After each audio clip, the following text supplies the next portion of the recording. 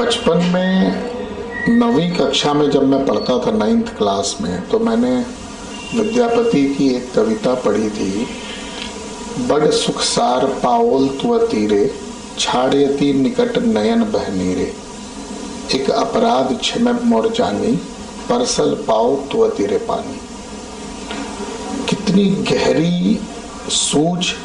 और कितनी गहरी अभिव्यक्ति सामाजिक समरसता की, सांस्कृतिक विरासत की। जब इसका अध्ययन मैंने बचपन में इस कविता का किया और फिर समय मिला इसकी गहराई में जाने का,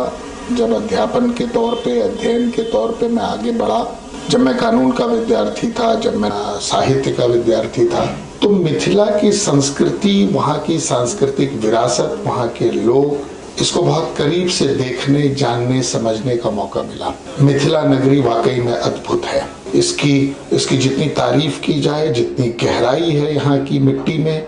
जो सौंधी खुशबू है यहाँ की आबो हवा में, और सीता की नगरी के रूप में, जानकी की नगरी के रूप में जिनका यहाँ पर जन्म हुआ। और जब भी मैं यहाँ पर गया, कई बार मौका मिला मुझे यहाँ पर जाने का, मैं वाकई में काफी प्रभावित हुआ यहाँ के लोगों से, यहाँ की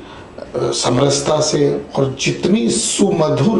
भाषा यहाँ की है, मैंने इसको नजदीक से देखा है। और एक बात खास तौर पे मैं जरूर कहना चाहता हूँ कि उस मिथिला की संस्कृति को जो विद्यापति से शुरू होकर और कालांतर में कुछ गौण होती गई, वहाँ की संस्कृति को फिर से सामने लाने, उसको अंतर्राष्ट्रीय नक्शे पर, अंतर्राष्ट्रीय मानचित्र पर उसको जगह देने का जो प्रयास और जो बीड़ा मिथिला लोक फाउंडेशन ने उठाया है, और मिथिला लोक फाउंडेशन के चेयरमैन डॉक्टर बिरबल झा ने उठाया है, मुझे उम्मीद है एक कोऑपरेटिव फेडरलिज्म, एक कल्चरल आइडेंटिटी, एक वहाँ की जो ट्रेडिशनल अवेलेबिलिटीज ऑफ थिंग्स हैं,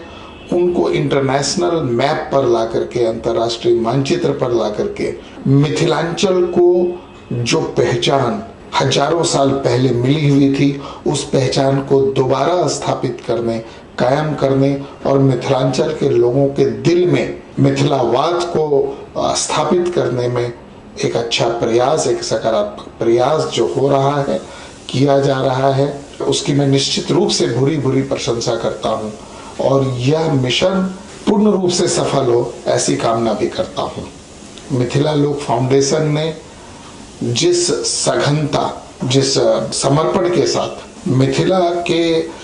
खान पान, मिथिला के रीति रिवाज, मिथिला के परंपराएं, मिथिला के कपड़े,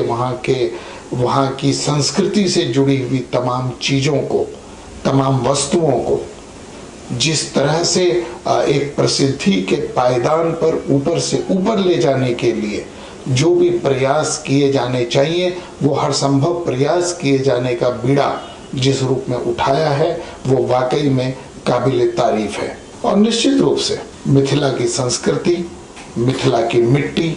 मिथिला की भाषा, मिथिला की पहचान, मिथिला की परंपरा, इसको मिथिला लोक फाउंडेशन स्थापित करेगा। इस कामना के साथ मैं मिथिला लोक फाउंडेशन को उनके भविष्य के लिए एक शुभकामना देता हूँ। धन्यवाद।